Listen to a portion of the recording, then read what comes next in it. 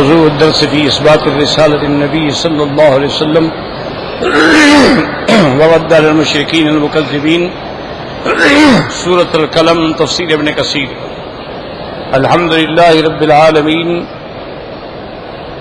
والصلاة والسلام على أشرف الأنبياء وسيد المرسلين سيدنا محمد وعلى آله وأصحابه أجمعين. اللهم صل على سيدنا محمد وعلى آل سيدنا محمد كما صليت على إبراهيم وعلى آل إبراهيم في العالمين إنك حميد مجيد. أعوذ بالله من الشيطان الرجيم. بسم الله الرحمن الرحيم. نون والقلم وما يسطرون ما أنت بنعمة ربك بمجنون وإن لك لأجرا غير ممنون وإنك لعلى خلق عظيم. فستبصر ويبصرون بأيكم المفتون. إن ربك هو أعلم بمن ضل عن سبيله وهو أعلم بالمهتدين. قال المؤلف والمفسر رحمه الله تعالى: أدام النفع بعلومه وعلومكم في الدارين آمين، إلى أن قال: قد تقدم الكلام على حروف الہجاء فی اول سورۃ البقرہ. اب مفسر رحمۃ اللہ علیہ فرماتے ہیں کہ سورۃ بقرہ کی ابتدا کے اندر میں نے حروف ہجاء، حروف مقطعات پہ مفصل بحث کر دی ہے. جس نے دیکھنا ہو وہی دیکھ لے. وَأَنَّ قَوْلَهُ تَعَالَى نُونَ كَقَوْلِهِ صَادٌ قَافٌ وَنَحْوَ ذَلِكَ مِنَ الْحُرُوفِ الْمُقَطَّعَةِ فِي أَوَائِلِ السُّوَرِ. صورتوں کی ابتدا کے اندر یہ جو حروف مقطعات ہیں، وتحریر القول فی ذلک بما اغنی عن اعادتہ ہا ہنا، وہاں میں نے مفصل لکھا، دوبارہ لکھنے کی کوئی ضرورت نہیں ہے کہ اللہ اعلم بمرادہ بذلک. وقیل المراد بقولہ، اور بعض علماء فرماتے ہیں کہ نون سے مراد کیا ہے؟ حوت عظیم علی تیار الماء العظیم المحیط وآمن الارضین السبع. بعض کہتے ہیں کہ نون سے مراد وہ مچھلی ہے جو بہت بڑے پانی کے اندر ہے، وہ پانی پورے عالم کو محیط ہے، اور اس نے وہ 7 زمینیں جو ہیں اس مچھلی نے اٹھائی ہوئی ہیں. کما قال الامام ابو جعفر ابن جریر حدثنا ابن بشار قال حدثنا یحییٰ قال حدثنا سفیان والثوری قال حدثنا سلیمان والاعمش عن ابی ذبیان عن ابن عباس قال اول ما خلق اللہ القلم. وہ فرماتے ہیں کہ سب سے پہلے اللہ تبارک و تعالی نے قلم پیدا فرمایا، اور قال اکتب، اللہ نے حکم دیا کہ لکھو. قال وماذا اکتب، قلم نے کہا کہ یا اللہ میں کیا لکھوں؟ قال اکتب القدر، اللہ نے حکم دیا کہ میرے تقدیر کے سارے فیصلے لکھنے، وجرا بما یکون من ذلک اليوم الى قیام الساعہ. تو قلم نے اللہ کے حکم کے مطابق قیامت تک جو ہونا ہے سب لکھ دیا. ثم خلق النون، پھر اللہ تبارک و تعالی نے نون پیدا کیا. ورفع بخار الماء ففتقت من السماء وسط الارض على ظهر النون، اور اس کے بعد بخارات جو اٹھے پانی سے، اس سے اللہ نے آسمان بنائے، اور اس کے بعد زمین کو اس نون کی، اس مچھلی کی پشت پہ پھیلا دیا. فاضطرب النون، اب مچھلی جب حرکت کرنے لگی، فمادت الارض، زمین جو ہے وہ ہلنے لگی. فاثبتت الجبال، اثبتت بالجبال فانها تفور على الارض. پھر اللہ تبارک و تعالی نے اس پہ پہاڑوں کا بوجھ رکھ کے زمین کو جما دیا. وقد رواه ارمیات من احمد بن سنان عن ابی معاویہ الاعمش به وهكذا رواه شعبہ بن حسین ووکیع الاعمش به. تو یہ حضرات فرماتے ہیں کہ نون اس مچھلی کا نام ہے جس کی پشت پہ ساری زمینیں ہیں. وزاد شعبۃ فی روایتی ثم قرأ نون والقلم وما يسطرون. وقد رواه شریک النامش النبی ذبیان ومجاہد عباس وذکر نحوه. ورواه معمر الأعمش عن ابن عباس قال وذكره ثم قرأ نون والقلم ما يسطرون. ثم قال ابن جرير حدثنا ابن حميد قال حدثنا جرير ابن ابي الزهان ابن عباس قال ان اول شيء خلق ربي عز وجل القلم. انہوں نے فرمایا کہ سب سے پہلے میرے رب نے قلم پیدا کیا. ثم قال له اكتب فكتب ما هو كائن الى ان تقوم الساعه. پھر اللہ نے حکم دیا اور قیامت تک کے لیے جو واقعات آنے والے ہیں، احوال ہیں، سب لکھ دیے. ثم خلق النون فوق الماء. اس کے بعد اللہ تبارک و تعالی نے پانی کے اوپر مچھلی پیدا کی، ثم قبس الارض علیہا، پھر زمین اس کے اوپر رکھ دی۔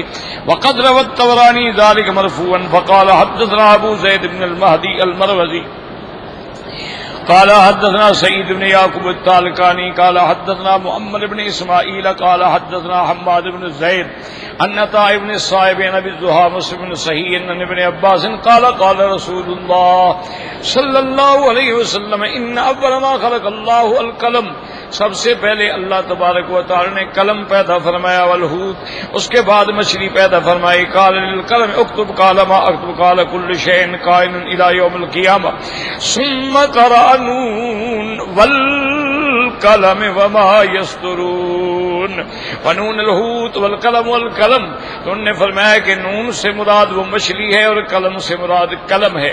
حدیث آخر فی ذلک رواه ساق نبی عبداللہ مولا بنی امیۃ نبی صالح النبی حریرہ رضی اللہ تعالی عنہ سمعت رسول اللہ صلی اللہ علیہ وسلم یقول ان اول شیء خلقہ اللہ القلم، حضور پاک نے فرمایا کہ سب سے پہلے اللہ نے قلم پیدا فرمایا، ثم خلق النون وہی الدوات، اس کے بعد اللہ نے نون یعنی الدوات پیدا فرمائی جس سے قلم ڈبو کے لکھا جاتا ہے۔ ثم قال له اكتب قال وما اكتب قال اكتب ما يكون وما هو قائل من امر او رزق او اثر او اجر فقد ذلك الى يوم القيامه، تو قلم نے پوچھا کہ یا اللہ میں نے کیا لکھنا ہے؟ اللہ نے فرمایا ہر عمل، ہر بندے کا رزق، ہر بندے کی زندگی اور اجل کتنا ہے، کہاں موت ہوگی، قیامت تک کے لیے سب لکھ دو۔ فذلك قوله تعالی نون والقلم ثم ختم على القلم، اس کے بعد اللہ نے اس قلم کو بند کر دیا، فلم يتكلم الى يوم القيامه، اس کے بعد قیامت تک اس میں کوئی نہ زیادتی ہوگی نہ نقصان ہوگا۔ ثم خلق العقل، پھر اللہ نے عقل پیدا فرمایا۔ قال وعزتی لأكملنك في من احببت ولأنقصنك في ممن ابغضت، اور اللہ نے عقل پیدا کرنے کے بعد فرمایا کہ مجھے اپنے عزت و جلال کی قسم ہے، میں جس کو محبوب رکھوں گا اس کو صحیح عقل اور کامل عقل عطا فرماؤں گا، اور میں جس سے ناراض ہوں گا اس کے عقل کو بھی میں ناقص کر دوں گا۔ وقال ابن ابی نجیح ابراہیم نبی بکر اخبروا المجاہد قال كان يقال النون الحوت العظیم الذي تحت الارض السابعہ، حضرت مجاہد سے بھی ایک قول ہے کہ نون سے مراد جو ہے وہ مچھلی ہے بڑی جو 7 زمینوں کے نیچے ہے۔ وقد ذکر البغوی و جماعت المفسرین علی ظہر هذا الحوت صخرۃ سمکها كغلظ السماوات والارض، اور امام بغوی رحمۃ اللہ علیہ نے اور مفسرین نے لکھا ہے کہ اس مچھلی کے پشت پر اللہ نے ایک بہت بڑا پتھر رکھا ہے، اور وہ پتھر اتنا ہے جتنا آسمان اور زمین بڑے ہیں۔ وعلى ظهرها صور، اور اس کے اوپر ایک بیل ہے، له 40,000 قرن، اس کے 40,000 سینگ ہیں۔ وعلى بطنه الارضون سب، اور پھر اس کے اوپر جو ہے وہ 7 زمینیں ہیں، وما فيهن وما بينهن، اور جو زمینوں کے اندر ہیں اور زمینوں کے بیچ ہے، والله اعلم۔ ومن العجیب ان بعض محمد على هذا المعنى الحديث الذي رواه الامام احمد حدثنا اسماعیل قال حدثنا حمید عن انس ان عبد الله بن سلام بلغه مقدم رسول اللہ صلی اللہ علیہ وسلم المدینہ فاتاه وسأله النشیاء فقال انی سائلک عن اشیاء لا یعلمها الا نبی۔ اس حدیث پاک میں آتا ہے کہ عبداللہ ابن سلام جو ہے یہ یہودیوں کے بہت بڑے عالم تھے، حبر من الاحبار تھے۔ جب ہارون کو پتہ لگا کہ حضور پاک ہجرت فرما کے مدینہ منورہ تشریف لائے ہیں، وہ حضور پاک کی خدمت میں حاضر ہوئے اور عرض کیا کہ یا رسول اللہ صلی اللہ علیہ وسلم میں آپ سے کچھ چیزیں پوچھنا چاہتا ہوں، ان چیزوں کا ما سوا نبی کے کوئی جواب نہیں دے سکتا ہے۔ قال ما اول اشراط الساعہ، اس نے پوچھا کہ حضور قیامت کی نشانیوں میں پہلی نشانی کیا ہے؟ وما اول طعام یاکلہ اہل الجنہ، اور جنت میں جانے کے بعد اہل جنت کو سب سے پہلے کیا طعام ملے گا، کیا کھانے کے لیے ملے گا؟ وما بال الولد ينظر الى ابیہ، اور کیا وجہ ہے کہ لڑکا جو ہے والدین کی شکل ہوتا ہے، کبھی باپ کی کبھی ماں کی۔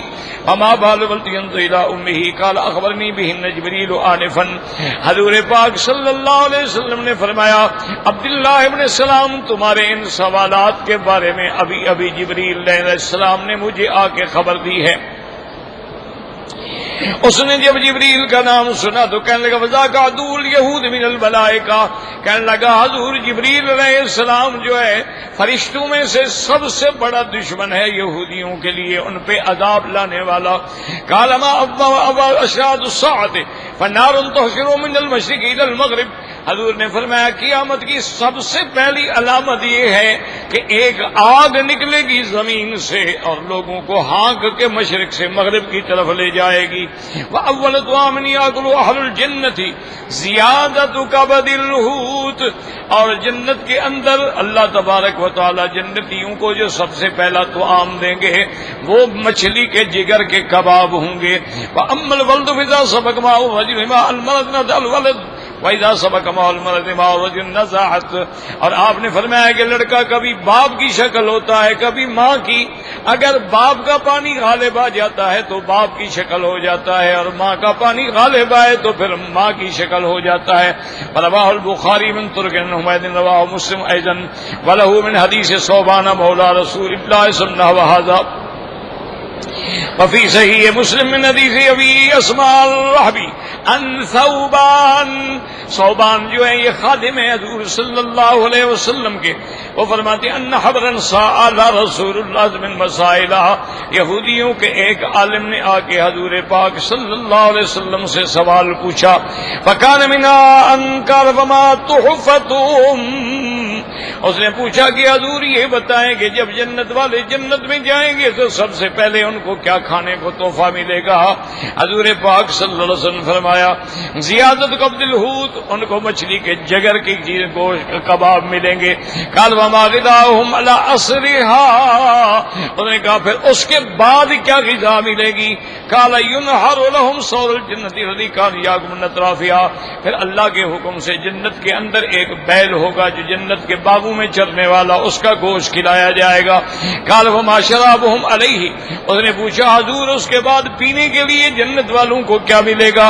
قال من عین فیہا تسمى سلسبیلا، جنت کے اندر ایک نہر ہوگی جس کا نام سلسبیل ہوگا، پھر اس کا پانی ان کو پلایا جائے گا۔ وقیل المراد بقولہ نون، اور یہ بھی کہا گیا کہ نون سے مراد کیا ہے؟ لوح من نور، یہ نور کی ایک تختی ہے۔ قال ابن جریر حدثنا حسن بن شبیب المکتب قال حدثنا محمد بن زیاد الجدری عن فرات بن ابي الفرات عن معاوية بن قرة النبي قال قال رسول الله صلى الله عليه وسلم نون والقلم ما يسر لوح من نور، یعنی ایک تختی ہوگی نور کی، وقلم من نور، اور نور کا قلم ہوگا، یجری بما هو کائن الى یوم القیامت، اللہ کے حکم سے قیامت تک کے سب آلات کو لکھ دیا جائے گا۔ وهذا مرسل غریب۔ وقال ابن جریج اخبرت ان ذلك القلم من نور طوله 100 عام، ابن جریر فرماتے ہیں کہ مجھے یہ خبر دی گئی کہ وہ قلم جو ہے اتنی لمبی ہوگی جیسے 100 سال کا سفر ہو۔ وکیل المراد بقولی نون دوات، اور بعض علماء نے فرمایا کہ نون سے مراد دوات ہے اور قلم سے مراد جو ہے وہ قلم ہے۔ قال ابن جریر حدثنا ابن عبد الاعلى قال حدثنا ابو ثور عن معمر الحسن قال في قولی نون قال هي الدوات، وقد روي في هذا حديث مرفوع غريب جدا۔ فقال ابن ابي حاتم حدثنا ابي قال حدثنا هشام بن خالد قال حدثنا حسن بن يحيى قال حدثنا ابو عبد الله مولى بني اميه نبي صالح النبي رضی اللہ تعالی عنہ قال سمعت رسول اللہ صلی اللہ علیہ وسلم یقول خلق اللہ نون وہی الدوات، انہوں نے فرمایا نون سے مراد دوات ہے۔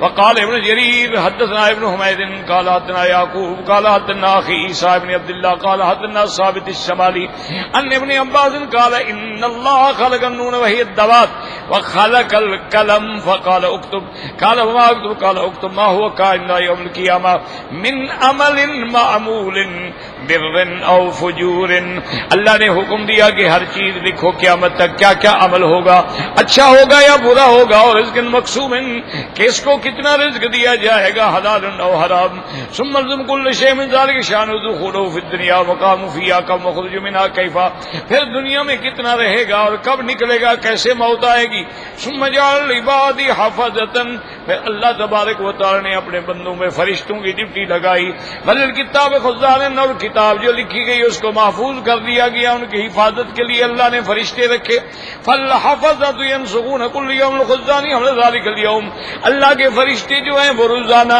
اس دن کے جو احوال ہیں وہ نقل کر لے جاتے ہیں فتقول من الخزنة ما نجر صاحب كندنا شيئا ونرجع لهم قد ماتوا اب وہ فرشتے کہتے ہیں کہ بھی فلاں آدمی کے بارے میں اب کوئی احوال نہیں تو جب زمین پہ آتے ہیں تو پتہ چلتا ہے کہ اس کو موت آ گئی قال وقال من بعد استم قوم اور من تسمعون رحمه كنا نستنسخ ما كنتم تعملون وهل يكون الاستنساخ الا من اصل وقوله تبارك وتعالى والكلام الزار جنس الكلام الذي يكتب به كقوله تبارك وتعالى اقرأ وربك الأكرم الذي علم بالقلم علم الانسان ما لم يعلم فهو قسم تعالى وتنبيه لخلق الى ما اذن به عليه من تعليم الكتابة ادبيات العلوم اب مفسر فرماتے ہیں کہ بالقلم الف لام جنس کے لیے ہے اس سے مراد یہ ہے کہ جنس قلم جس سے بھی لکھا جاتا ہے اقرأ وربك الأكرم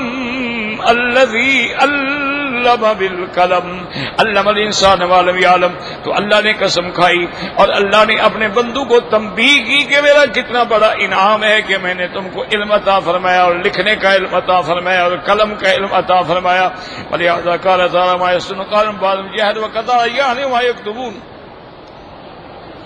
یسترون کا معنی یہ ہے کہ جو اسے لکھتے ہو قال بزوان بعد میں سمایا عملون جو عمل کرتے ہو وقال صدی ما یسریان ملائکہ جو لکھتے ہیں ما تکتب من اعمال العباد بندوں کے اعمال جو لکھتے ہیں وقال آخرون بل المراد ها هنا بالقلم الذي اجراه الله بالقدر حين كتب مقادير الخلائق قبل ان يخلق السماوات والارض ب50 الف عاما اور بعض علماء فرماتی ہیں قلم سے مراد وہ تقدیر کا قلم ہے جس سے اللہ نے تمام آسمانوں اور زمینوں کی قیامت تک کے احوال 50,000 سال پہلے لکھ دیے ہیں واوردوا في ذلك الاحاديث الوارده في ذکر القلم وقال ابن ابي حاتم حدثنا ابو سعيد يحيى وسعيد القطان بن حبيب قال حدثنا ابو داود الطيالسي قال حدثنا عبد الواحد بن سليم السلمي ان عطاء بن ابي رباح حدثني الوليد بن عباد الصامت فقال دعاني ابي حين حضره الموت ولید ابن عبادہ بن الصامت فرماتی ہیں کہ مجھے اپنے ابا نے بلایا جب ان کی موت کا وقت قریب آیا فقال انی سمعت رسول اللہ یقول ان اول ما خلق اللہ القلم فقال له اكتب قال یا رب ما اكتب قال اكتب القدر وما هو كائن الى الابد تو نے فرمایا بیٹا میں نے حضور پاک سے سنا ہے سرکار دو جہاں نے فرمایا سب سے پہلے اللہ نے قلم پیدا فرمائی اور اس کے بعد اللہ تبارک و تعالی نے اس کو حکم دیا کہ لکھو تو قیامت تک کے لیے جو سارے فیصلے تھے وہ لکھ دیے گئے تقدیر کے فیصلے ہو چکے وهذا حديث قد رواه الامام احمد بن طلق بن بعد نبيه به واخرجه الترمذي من حديث ابو داود الطيالسي به وقال حسن صحيح ورواه ابو داود في كتاب السنن سنن جامع صاحب يحيى بن سعيد بن ابراهيم بن ابا لتا النبي صلى الله عليه وسلم حبيش بن شريح الحبشي الشعبي ان عباده فذكر وقال ابن جرير حدثنا محمد بن عبد الله الطوسي قال حدثنا علي بن الحسن بن الشقيق قال ابن عبد الله بن مبارك قال حدثنا رباح بن زيد بن عمر بن حبيب القاسم ابي بزة عن سعيد بن جبير بن عباس انه قال يحدثنا رسول الله صلى الله عليه وسلم قال ان اول شيء خلقه الله القلم سب سے پہلے اللہ نے قلم پیدا فرمایا فامره فكتب كل شيء غريب حاضر وجب خرجوه وقال مجاهد القلم والقلم يعني الذي كتب به الذكر وقالوا تعالى يستر يكتب وتقدم تو الحمدللہ اصل میں کئی دن سے ان کا سبق بھی نہیں پڑھا گیا نا تو بہرحال خلاصہ یہ ہے کہ نون کے بارے میں کئی اقوال آ گئے. ایک یہ ہے کہ مچھلی ہے، ایک یہ ہے کہ وہ مچھلی ہے جو حضرت یونس کو جس نے پیٹ میں لیا ہے، ایک یہ ہے کہ وہ مچھلی ہے جس کی پشت پہ اللہ نے 7 زمینیں رکھی ہیں، ایک یہ ہے کہ نون سے مراد دوات ہے، اور ایک یہ ہے کہ نون جو ہے اس سے مراد جو ہے مطلقاً مچھلی ہے۔ اسی طرح قلم کے بارے میں بھی ہے کہ یا تو وہ تقدیر کا قلم ہے جو سب سے پہلے اللہ نے پیدا فرمایا، یا قلم سے مراد جن سے قلم ہے، یعنی اللہ نے قلم پیدا فرمایا اور اپنی مخلوق کو قلم سے لکھنے کا علم عطا فرمایا۔ تو یہ سارے اقوال ہیں، یاد رکھیں۔ اسی لیے میں نے خلاصہ درس میں عرض کر دیا تھا کہ جن چیزوں کو اللہ نے خود بیان نہیں فرمایا ہے اس میں ہمیں دخل ہی نہیں دینا چاہیے۔ اگر ہم اس میں دخل دیں گے تو لازمی بات ہے کہ پھر ٹھوکریں کھائیں گے۔ اللہ نے بیان نہیں فرمایا، حضور پاک نے بیان نہیں فرمایا، بات ختم ہو گئی۔ اللہ نے قرآن اتارا ہے، قرآن اترا حضور پاک، نہ اللہ نے بیان فرمایا نہ حضور پاک نے بیان فرمایا، تو ہم اس کو خامخواہ بلا وجہ کیسے اپنے عقل دوڑاتے رہیں اور سابقہ کتابوں کی روایات سے قصے نقل کرتے رہیں۔ علماء تو اس لیے نقل کر دیتے ہیں کہ لوگوں کو پتہ چل جائے کہ یہ روایت بھی ہے، یہ بھی ہے، یہ بھی ہے، تاکہ وہ دھوکے میں نہ رہیں۔ تو اصل معنی یہ سمجھ لیں کہ جتنے قرآن میں حرف ہیں ان کو حروف ہجا بھی کہا جاتا ہے، حروف مقطعات بھی کہا جاتا ہے۔ ان کے بارے میں بس عقیدہ یہ رکھیں کہ اللہ اعلم بمرادہ، اللہ جانتا ہے اس کی مراد کیا ہے۔ جب آپ اس عمل پہ آ جائیں گے تو کوئی خوف نہیں رہے گا۔ دیکھو نا جی، اب اگر آپ کہیں جی وہ ایک مچھلی ہے، 7 زمینیں مچھلی پہ رکھی ہیں، تو اس کا انجام یہ ہوگا، کافر کہیں گے مسلمانوں کا عقل خراب ہو گیا، دماغ خراب ہو گیا، ایسی بڑی مچھلی ہے کہ 7 زمینیں اٹھائی ہوئی۔ وہ اسلام سے بدظن ہو جاتے ہیں، وہ کہتے ہیں یہ کیسا مذہب ہے، کیسا اسلام ہے۔ وہ کہتے ہیں یہ کیسا مذہب ہے جو کہتا ہے کہ ایک بیل ہے اور اس کے 40,000 سینگ ہیں اور سینگوں پر زمین ہے، اور وہ کبھی اس سینگ پہ بدلتا ہے اور کبھی اس سینگ پہ بدلتا ہے، اس لیے زلزلے آتے ہیں۔ یہ ساری باتیں یاد رکھیں، دشمنوں نے، یہود نے روایات اسرائیلیہ کے ذریعے ہماری کتابوں میں داخل کر دی۔ اب آپ دیکھیں کہ حضرت سیدنا ابن عباس جو حبر المفسرین ہیں، یعنی اللہ نے جن کو قرآن کا خاص علم دیا تھا، سرکار دو عالم نے جن کے سینے پہ ہاتھ رکھ کے دعا فرمائی تھی کہ اللہم علمہ التعویل، اللہ ابن عباس کو قرآن کی تفسیر کا علم عطا فرما، اس دعا کی برکت تھی کہ بڑے بڑے صحابہ جو مسئلہ حل نہیں کر سکتے تھے ابن عباس کا۔ اب کتابوں میں ان کا تقریباً 6,000 قول ملتا ہے، 6,000 قول کتابوں میں ہے کہ قال ابن عباس، قال ابن عباس، قال ابن عباس، حضرت ابن عباس نے فرمایا، حضرت ابن عباس نے فرمایا۔ اب جب تحقیق ہوئی ہے تو حضرت ابن عباس کے صرف 416 قول ہیں، باقی سب جھوٹ ہے، حضرت ابن عباس نے فرمایا ہی نہیں ہے۔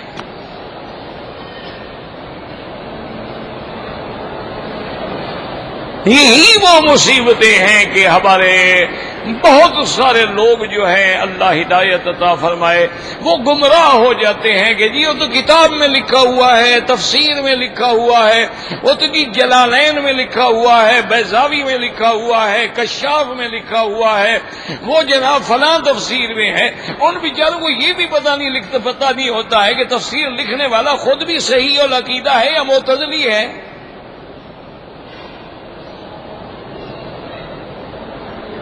بس کتاب میں لکھا ہوا ہے، اور جی ابن کثیر میں لکھا ہوا، بھی ابن کثیر میں تو کروڑوں اقوال ہیں بنو اسرائیل کے جو سارے کے سارے غلط ہیں۔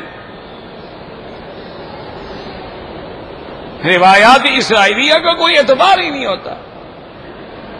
لا نصدق ولا نکذب. تو اس لیے ہمیشہ یاد رکھیں کہ علم علماء سے سیکھیں، قرآن والوں سے پڑھیں، حدیث والوں سے پڑھیں، فقہا سے پڑھیں، نحو والوں سے پڑھیں. جب تک اپنے اصل ماخذ پر نہیں جاؤ گے پھر ٹھوکریں کھاتے رہو.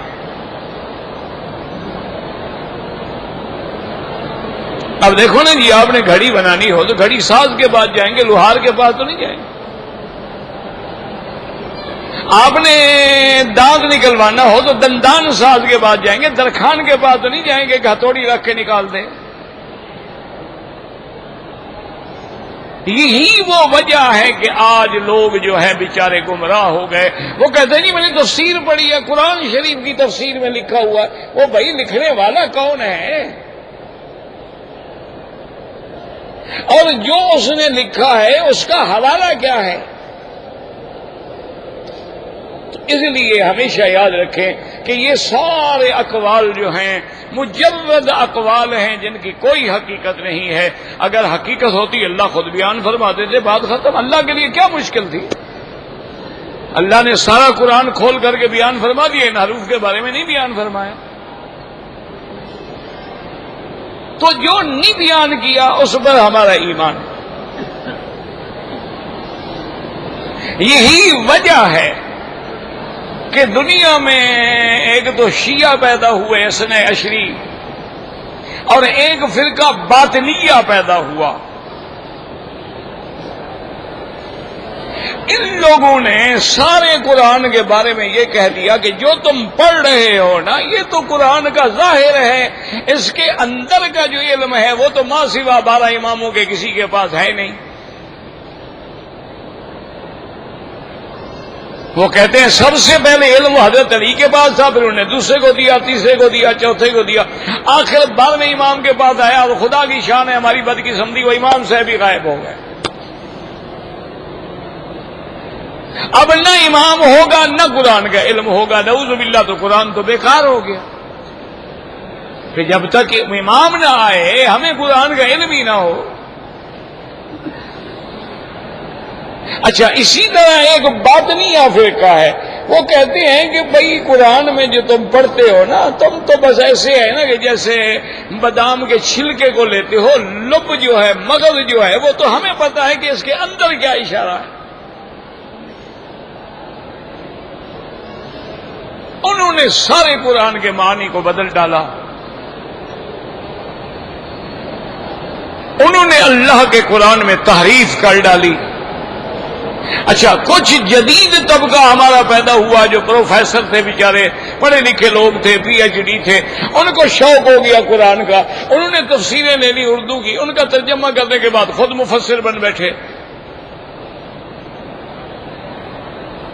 اب دیکھیں علامہ مشرقی کتنا بڑا آدمی تھا، سر سید کتنا بڑا آدمی تھا. اسی طرح علامہ مودودی کتنا بڑا آدمی تھا، اللہ مغفرت فرمائے، ان کی قبروں پہ کروڑوں رحمتیں فرمائے، ان کی غلطیاں معاف فرمائے. لیکن انہوں نے قرآن میں ایسی غلطیاں کی ہیں اللہ معاف فرمائے کہ آدمی بھٹک جاتا ہے،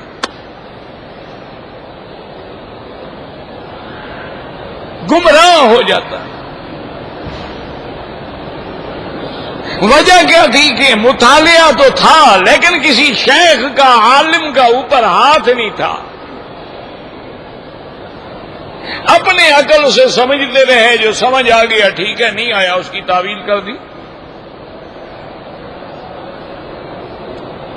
اب ان سے پوچھا گیا جی دجال، انہوں نے کہا یار دجال معلوم ہوتا ہے کوئی افسانہ ہی ہے، کوئی حقیقت تو نہیں ہے. ان بیچاروں کو سمجھ ہی نہیں آیا. انہوں نے کہا یاجوج ماجوج، انہوں نے کہا یاجوج ماجوج کا یہی چینی اور بس رشین جو ہے یہی یاجوج ماجوج ہے، اور کیا ہے. انہوں نے کہا جی وہ کانا دجال، انہوں نے کہا یہی موشے دیان جو یہودی ہے یہی کانا دجال ہے، اور کیا ہے. انہوں نے کہا جی نماز جو ہے صلوات، صلات کا معنی دعا بھی ہے، صلات کا معنی حضور پہ درود بھی ہے، صلات کا معنی یہ نماز بھی ہے، صلات کا معنی تحریک الصلوین بھی ہے، بدن کا ہلانا بھی ہے۔ معلوم ہوا یہ ایکسرسائز ہے۔ اس زمانے میں ایکسرسائز چونکہ نہیں تھی، اب انڈور گیم آ گئی ہے، نماز پڑھنے کی کیا ضرورت ہے؟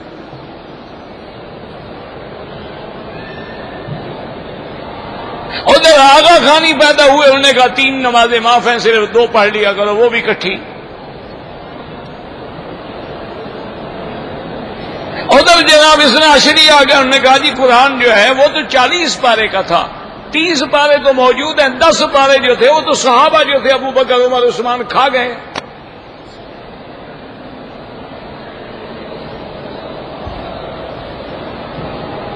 تو یہ وجوہات ہیں میرے محترم، میرے عزیز، اس لیے ہمیشہ یاد رکھو کہ قرآن پڑھنا ہے تو علماء سے پڑھو۔ بڑے بڑے لوگ ہیں جو اسماء و صفات میں بھٹک گئے، بڑے بڑے لوگ ہیں جو مسئلہ توحید الوہیت میں بھٹک گئے، بڑے بڑے لوگ ہیں جو انبیاء علیہم السلام کی مسئلہ بشریت میں بھٹک گئے، بڑے بڑے لوگ ہیں جنہوں نے انبیاء کو بھی عالم الغیب اور حاضر ناظر قرار دے دیا، اور جہاں پیغمبر کا کوئی معجزہ دیکھا، کوئی بات دیکھا، دیکھو جی علم غیب ہے کہ نہیں ہے؟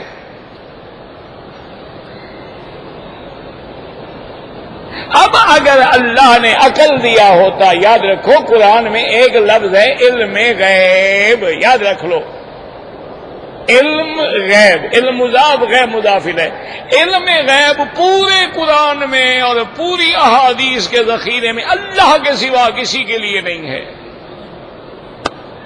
ایک موٹی بات یاد رکھو،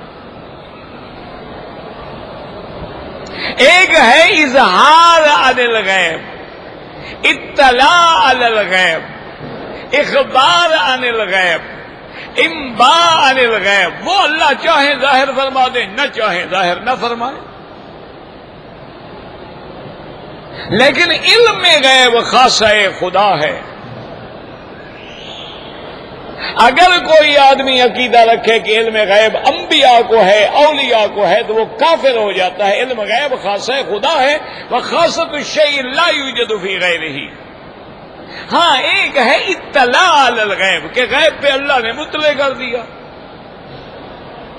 غیب کے بارے میں اللہ نے خبر دے دی، نہیں دی اس کی مرضی ہے۔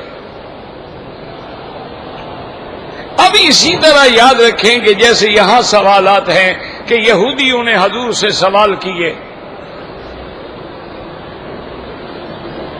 اسی طرح قریش مکہ نے ایک دفعہ مدینہ منورہ میں جا کر یہود کے جو بڑے بڑے عالم تھے نا، عبداللہ ابن سلام ہے، عبداللہ ابن سوریہ ہے، اور بڑے بڑے لوگ تھے، ان کے بھی تو بڑے عالم تھے نا،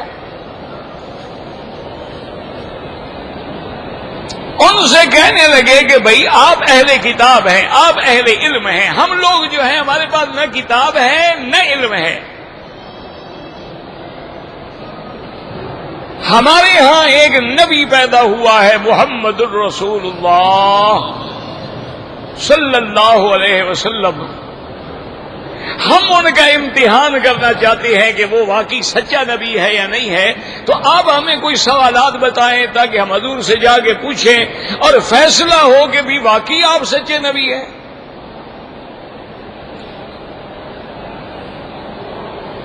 انہوں نے کہا ٹھیک ہے، ہم آپ کو کچھ سوالات بتاتے ہیں، 3 سوال ہم آپ کو بتاتے ہیں،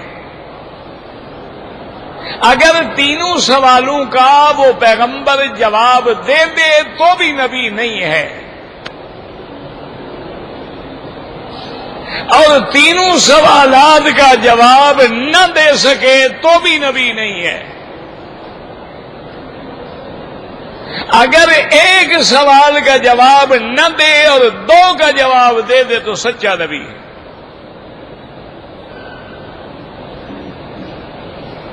انہوں نے کہا یہ 3 سوال یاد کر لو اور جا کے اپنے پیغمبر سے پوچھو، اگر وہ جواب دے دے تینوں کا تو پھر بھی نبی نہیں ہے،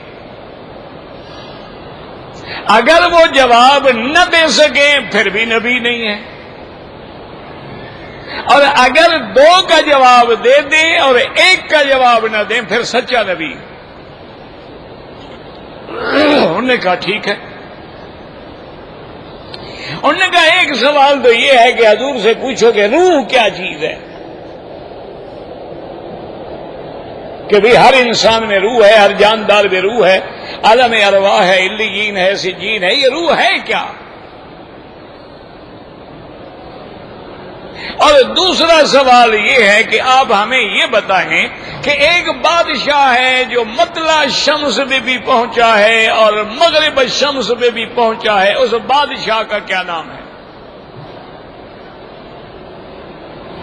اور تیسرا سوال ہمیں یہ بتائیں کہ کچھ لوگ تھے، نوجوان تھے، جنہوں نے غار میں پناہ لی تھی، ان غار میں پناہ لینے والوں کا قصہ کیا ہے، اس کے بارے میں آپ ہمیں بتائیں.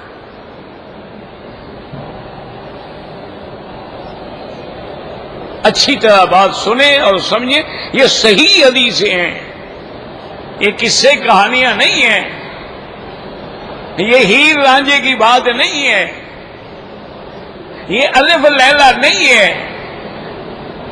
یہ یوسف زلیخا نہیں ہے، یہ سیاح ہیں، صحیحین کی حدیث ہے.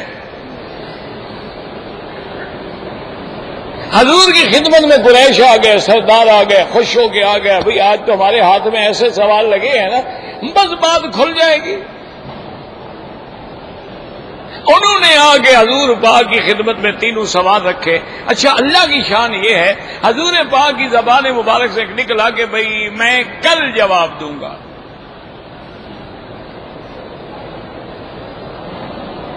انہوں نے کہا جی ٹھیک ہے، بڑے اہم سوال ہے، اگر حضور ہمیں ایک رات کا وقفہ مانگ رہے ہیں تو کوئی بات نہیں. انہوں نے کہا جی ٹھیک ہے، آپ ہمیں کل جواب دے دیں. اب مسئلہ سمجھا کرو، یہ نہیں وہاں بھی ہیں وہاں بھی ہیں وہاں بھی ہیں وہاں بھی، کہنے سے کیا ہو جائے گا؟ اگر اللہ کے پیغمبر عالم الغیب ہیں تو عالم الغیب بھی کہتا ہے میں کل جواب دوں گا، ابھی مجھے پتہ نہیں ہے.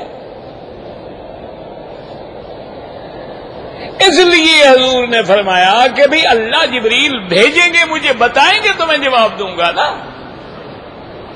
مجھے تو پتہ نہیں ہے، مجھے تو علم نہیں ہے. اسی لیے قرآن کہتا ہے کہ میرے مدنی نے اعلان وَلَوْ كُنْتُ أَعْلَمُ الْغَيْبَ لَاسْتَكْثَرْتُ مِنَ الْخَيْرِ وَمَا مَسَّنِيَ السُّوءُ إِنْ أَنَا إِلَّا نَذِيرٌ وَبَشِيرٌ لِقَوْمٍ يُؤْمِنُونَ. اللہ نے فرمایا میرا مدنی اعلان کر دو کہ اگر میں غیب کے جاننے والا ہوتا ساری دنیا کی بھلائیاں اکٹھی کر لیتا اور مجھے کبھی تکلیف نہ ہوتی، مجھے کبھی جنگ میں شکست نہ ہوتی، کبھی میرے صحابہ شہید نہ ہوتے، کبھی میرے دندان مبارک شہید نہ ہوتے، کبھی بغیر عمرہ کیے مجھے واپس مدینے نہ جانا پڑتا. میں عالم الغیب نہیں، ان انا الا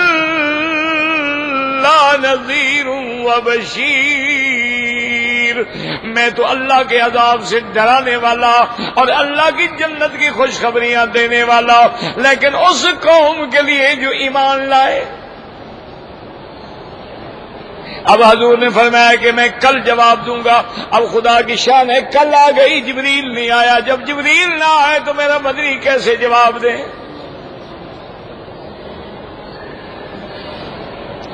ایک دن گزر گیا، 2 دن گزر گئے، 3 دن گزر گئے، جبریل نہیں آتا.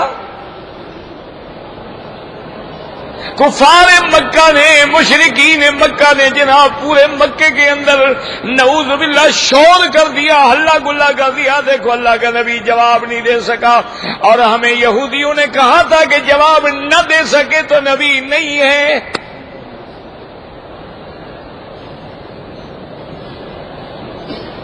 اب حضور کے الفاظ سنیں، خدا کے لیے اپنے عقیدے ٹھیک کرو.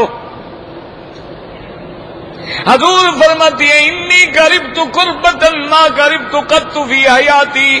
حضور فرماتے ہیں ان دنوں میں مجھے جو دکھ پہنچا، جو تکلیف پہنچی، جو پریشانی ہوئی، میں کبھی زندگی میں پریشان نہیں ہوا کہ صبح ہوتی ہے دشمن آ جاتے ہیں اور میں جواب نہیں دے سکتا.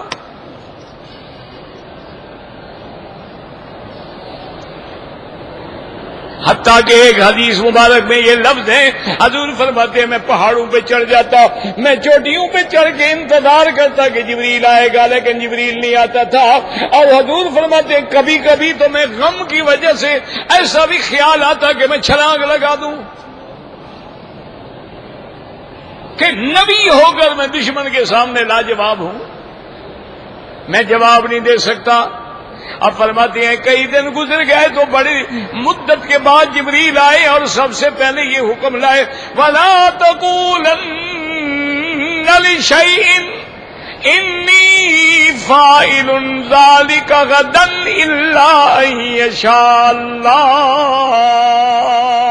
اللہ نے فرمایا میرا مدنی خبردار، آپ نے کیوں کہہ دیا کہ میں کل جواب دوں گا؟ آپ نے انشاءاللہ کیوں نہیں کہا؟ اس لیے ہم نے آپ کا امتحان لے لیا.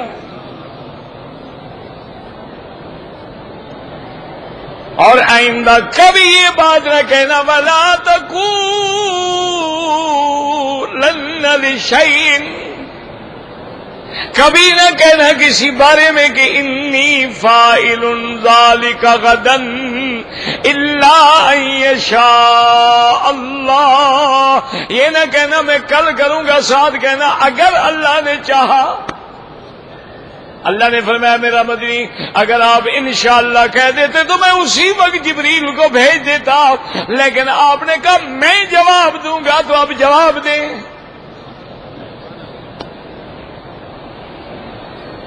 اللہ اکبر. اب اللہ نے سورۃ کہف اتاری اور فرمایا میرا مدنی آپ سے روح کے بارے میں سوال کرتے ہیں، یسألونک عن الروح قل الروح من امر ربی وما اوتیتم من العلم الا قلیلا. اگر روح کے بارے میں پوچھے تو کہہ دو کہ روح میرے رب کے امر کا نام ہے، میں نہیں جانتا روح کیا چیز ہے. اور جو جوانوں کے بارے میں پوچھا ہے وہ اصحاب کہف کا یہ قصہ ہے، فلاں ظالم بادشاہ کے شرک سے ڈر کے انہوں نے پہاڑوں میں پناہ لی تھی، اور جس بادشاہ کا پوچھتے ہیں اس کا نام ذوالقرنین ہے جو مطلع الشمس اور مغرب پہ پہنچا. اللہ نے سارے قرآن میں قصہ دیا. اب جب حضور نے بتلا دیا اب قریش بھاگے ان کے پاس. اللہ کے نبی نے دو جواب دیے، انہوں نے کہا وہ سچا نبی ہے. تو اس لیے ہمیشہ یاد رکھیں کہ علم غیب اللہ کا خاصہ ہے. اللہ چاہتے ہیں ظاہر فرما دیتی ہیں. اور میرے عقیدہ یاد رکھ لو کہ ساری کائنات میں سب سے زیادہ علم غیب جو اللہ نے خبر دی ہے وہ حضرت محمد مصطفیٰ ہیں. لیکن اللہ کے علم کے سامنے ایک قطرہ بھی نہیں، جیسے دریا ہو، جیسے حضرت خضر بیٹھے ہیں، موسیٰ علیہ السلام بیٹھے ہیں. ایک چڑیا نے دریا سے چونچ میں پانی لیا. حضرت خضر نے فرمایا موسیٰ هل نقص من ماء البحر شيئا، دریا کے پانی میں کوئی کمی ہو گئی؟ اس نے کہا کیا کمی؟ اس نے کہا علمی و علمک و علم الخلائق کلھا، میرا علم تیرا علم ساری مخلوق کا علم اللہ کے علم میں اتنی کمی بھی نہیں کر سکتا. اسی لیے حضور نے استخارہ ہمیں سکھلایا ہے، اور اس میں کیا ہے انک تعلم ولا اعلم، اللہ آپ جانتے ہیں ہم نہیں جانتے. انک تقدر ولا اقدر، آپ کو قدرت ہے ہمیں طاقت نہیں ہے. اور یہی جواب ملائکہ نے دیا سبحانک لا علم لنا الا ما علمتنا انک انت العلیم الحکیم. تو یاد رکھو قرآن میں جن چیزوں کو اللہ نے بیان نہیں کیا بلا وجہ نہ چھیڑے، ورنہ بھٹکتے رہو گے، نتیجہ کوئی بھی نہیں نکلے گا. اللہ ہمیں قرآن کی صحیح سمجھ عطا فرما اور عمل کی بھی توفیق عطا فرما. آب زمزم پینے کا سنت طریقہ بیٹھ کے پیئیں، 3 سانس نکال کے پیئیں، یہ تو کوئی مسئلہ نہیں کہ کھڑے ہو جاؤ.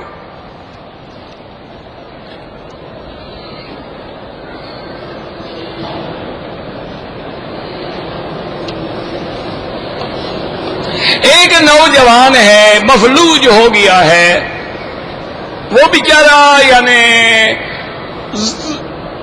ذہنی طور پر تو اس کی بیوی دوسری جگہ شادی کر سکتی ہے، اس سے طلاق لے لیں اور شادی کر لیں۔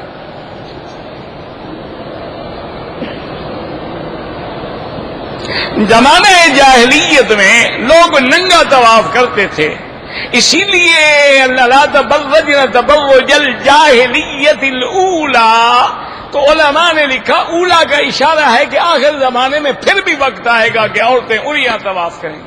آج بھی تو عریاں ہے، سر کھلا ہوا ہے، بال کھلے ہوئے ہیں، اور بدن لون کے سوٹ سے ماشاءاللہ چمک رہا ہے، نظر آ رہا ہے، اندر کی بنیان کا رنگ بھی نظر آ رہا ہے۔ یہ کون سے کپڑے ہیں؟ یہ بھی تو ننگے ہیں۔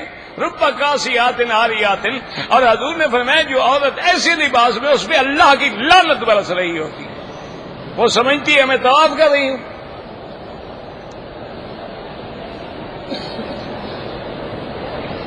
اگر مدینہ منورہ سے واپسی پہ احرام نہ باندھے، عذر بھی کوئی نہ ہو، تو عمرہ فوراً قضا کرے مدینے جا کر، ورنہ دم دینی پڑے گی۔ امام کے پیچھے حنفی اسلک میں سورت فاتحہ نہ پڑھے کہ یہی حکم ہے کہ جب حضور نے فرمایا اذا قرأ فانصتوا، جب امام پڑھے تم چپ رہو۔ قبلے کی طرف پاؤں کرنا توہین سمجھ کے نہ کرے، جو کرتے ہیں ان کے نزدیک یہ بے ادبی نہیں ہے۔ قرآن زمین پہ بے ادبی کے طور پہ نہ رکھیں، اونچی جگہ پہ رکھیں۔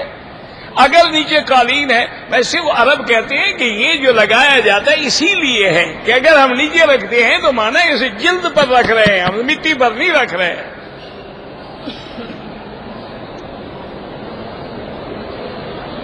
اگر عورتوں کو لیکوریا کی بیماری ہے، کوئی بات نہیں، طواف بھی کریں، نماز بھی پڑھیں، اس سے تو کچھ نہیں ہوتا، وہ بیماری ہے۔ رفع یدین کی حدیثیں بھی موجود ہیں اور نہ کرنے کی حدیثیں بھی موجود ہیں، تو اس لیے کوئی لڑائی جھگڑے والا مسئلہ ہی نہیں ہے، بلکہ ایک حدیث میں تو حضور نے منع بھی فرمایا ہے۔ یہ کوئی فرض واجب ہے یار جس میں ٹکریں مار رہے ہو؟ خدا کا خوف کرو، اللہ کی مخلوق کو کیوں لڑاتے؟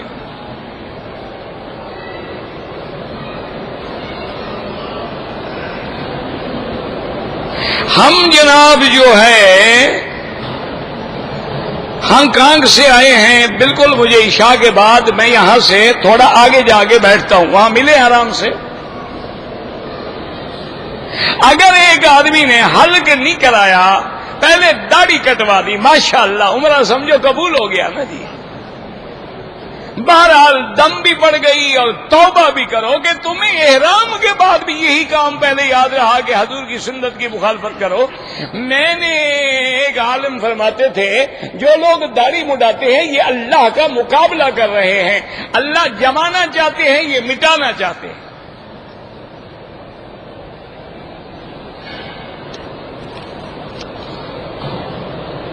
اگر جتنے جائیں احرام نہ باندھیں کوئی حرج نہیں۔ عورت جب حاملہ ہو اچھے کام کرے، نماز پڑھے، روزہ رکھے، اللہ کا ذکر کرے، بچے کے لیے دعائیں مانگے۔ بچے میں تقریباً 4 مہینے کے بعد روح پڑتی ہے۔ ہم امام کی اقتداء کرتے ہیں، لیکن جہاں ہمیں پڑھنے کا حکم ہے وہاں پڑھتے ہیں۔ حضور نے ثنا پڑھنے کا حکم دیا، حضور نے سبحان ربی العظیم پڑھنے کا حکم دیا، التحیات پڑھنے کا حکم دیا، اور فاتحہ نہ پڑھنے کا حکم دیا، فرمایا خاموش رہو۔ اسی لیے جنازے میں ہمیں پڑھنے کا حکم ہے، ثنا پڑھیں، درود پڑھیں، دعا پڑھیں، وہ تو ہے ہی دعا۔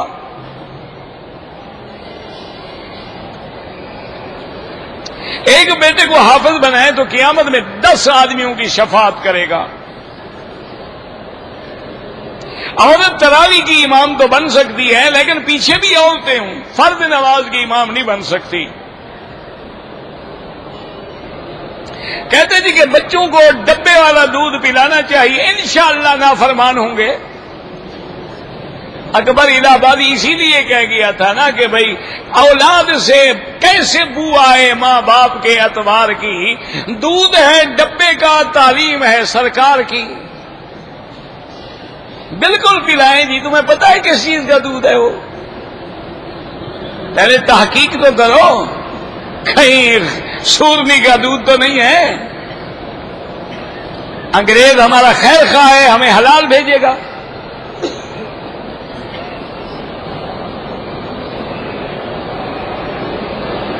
فاروقی صاحب مجھے آپ بعد میں ملے انشاءاللہ نماز کے بعد۔ طواف کے دوران نظر نیچے رکھیں، اگر پڑ جائے تو کچھ نہیں ہوتا۔ میں نے طواف میں قرآن ختم کیا، سجدہ تلاوت نہیں کیا، بعد میں اکٹھے کر لو۔ طواف اور صفا مروہ دوڑنے کے بعد جو 2-4 بال کٹواتے ہیں ان پہ دم پڑ جاتا ہے، یا اس طرح پھروائیں یا سارے بالوں کا 1/4 حصہ کٹوائیں۔ ریان نام رکھا جائے، بالکل ٹھیک ہے۔ جنت میں ایک دروازہ ہوگا سیراب کرنے والا۔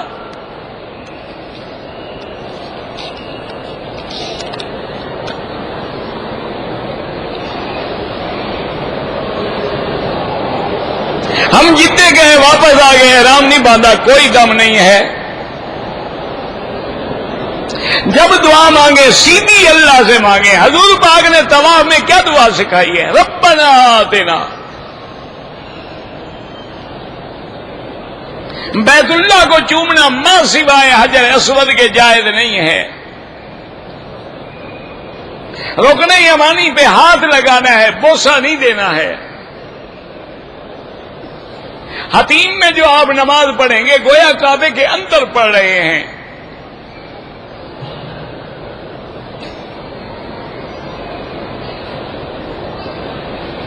پتہ نہیں کہتے ہیں جی کہ خارجی لوگوں کے لیے آپ لوگ سعودیہ کے عرب لوگوں سے مل کر کاروبار لین دین نہ کریں۔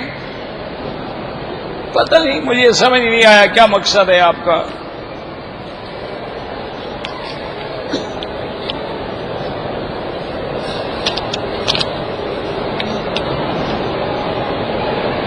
کہتے جی کہ میں 13 سال سے دبئی میں ہوں، حنفی شافی ہونا کیا ضروری ہے؟ کسی ایک امام کے پیچھے نماز پڑھنا کیوں ضروری ہے؟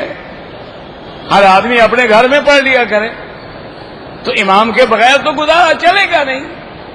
اس لیے ضروری ہے کہ حدیث کو مرتب کیا محدثین نے، اور ان کے احکام فقہی کو مرتب کیا ان 4 ائمہ نے، تو ہم نے ان سے علم لینا ہے۔ کہاں سے لیں؟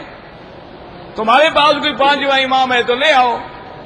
اچھا، ان 4 کی فقہ کو الگ رکھ دو اور مجھے ایک مسئلہ سمجھا دو کہ بھئی اگر آدمی کی ہوا نکل جائے تو اس کو سارا وضو کیوں کرنا پڑتا ہے؟ ہوا تو ایک جگہ سے نکلی ہے، باقی وقت بدن نے کیا گناہ کیا ہے؟ یہ مسئلہ مجھے سمجھا دو، پھر حنفی شافی نہ بنو۔ کیا وجہ کیا ہے؟ پیشاب میں تمہارا 1 لیٹر پانی نکلتا ہے، وہاں تو استنجا کرو، اور منی میں چند قطرے نکلتے ہیں تو غسل کرو، کیوں؟ ذرا سمجھائیں جی، فقہ کو ایک طرف رکھ دیں، مسئلہ سمجھائیں مجھے۔ کوئی حدیث مجھے دکھائیں جس میں لکھا ہو کہ بھینس حلال ہے، پھر کیا کریں؟ کہاں سے لے آئیں مسئلہ؟ کوئی ایک حدیث مجھے دکھا دیں کہ اگر ایک آدمی زخمی ہو جائے تو اس کو دوسرے انسان کا خون دینا جائز ہے۔ اللہ کے بندے، فقہ کے بغیر اللہ کا حکم ہے فَلْيَتَفَقَّهُوا، دین میں تفقہ حاصل کرو۔ اللہ کے نبی نے فرمایا مَن يُرِدِ اللَّهُ بِهِ خَيْرًا يُفَقِّهُهُ فِي الدِّينِ، اللہ جس پہ بھلائی چاہتے ہیں اس کو دین کی سمجھ عطا فرما۔ تو ان ائمہ اربعہ نے دین کی تفقہ کو جمع کر کے ہمارے لیے حل کر دیا۔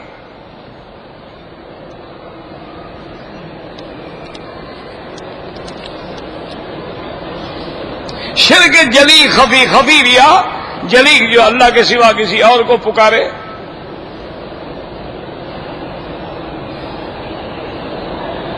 اگر عورت کو حیض پورے دن تک آئے، 2 دن کے بعد دوبارہ، بھئی جو اس کی عادت ہے وہ پوری کرے، 5 دن 4 دن 6 دن، جب خون بالکل بند ہو جائے تسلی کر کے پھر غسل کرے۔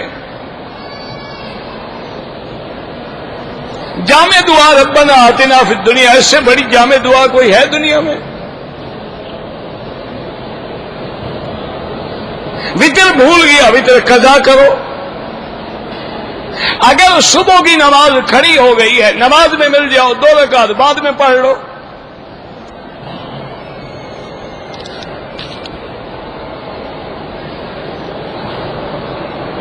ہم نے صفا سے شروع کر کے صفا پہ ختم کیا، یعنی 14 چکر ہو گئے۔ بہرحال باقی چکر ضائع گئے، تمہاری صفا ہو گئی۔ اگر عورت دونوں صفا مروہ دوڑ چکی ہیں، ایک دوسرے کے بال کاٹ دیے، کوئی بات نہیں۔ اگر طواف کے دوران کندھا ننگا ہے، نماز ہو تو کندھا ڈھانک لیں گے، ورنہ نماز مکروہ ہو جائے گی۔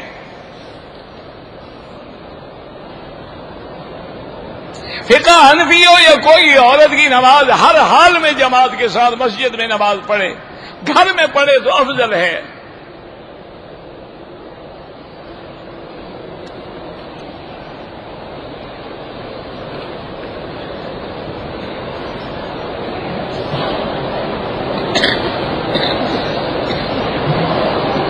بہرحال آپ نے احرام اتارا، لیکن 2 گھنٹے کے بعد دوبارہ باندھ لیا تو کوئی دم نہیں ہے۔